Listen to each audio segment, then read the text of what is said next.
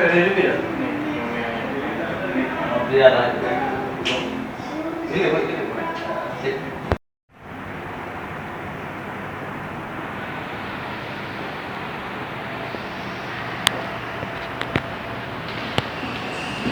Bang Asrul, bisa ceritakan ini Radio Momia bisa siaran lagi nih, gimana nih ceritanya? Oh, itu perjalanan yang sangat panjang.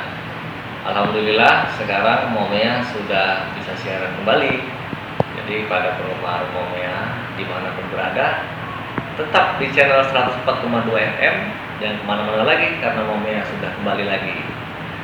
Insya Allah Momia ke depan bisa lebih baik lagi dari yang sekarang. Oke? Program kedepannya apa nih?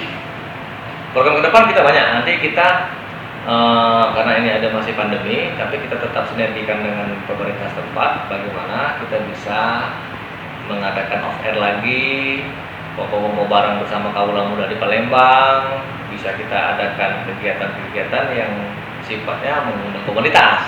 Artinya kita nanti bisa seperti keadaan semula lah, tapi kita tetap mengikuti aturan pemerintah dalam prokes. Ada rencana launching?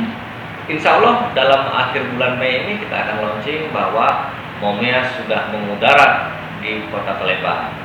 Oke, bisa disapa ini Pak Asrul. Oke, kepada semua penggemar Momia dimanapun berada, tetap di channel 104,2 FM, jangan mana-mana lagi.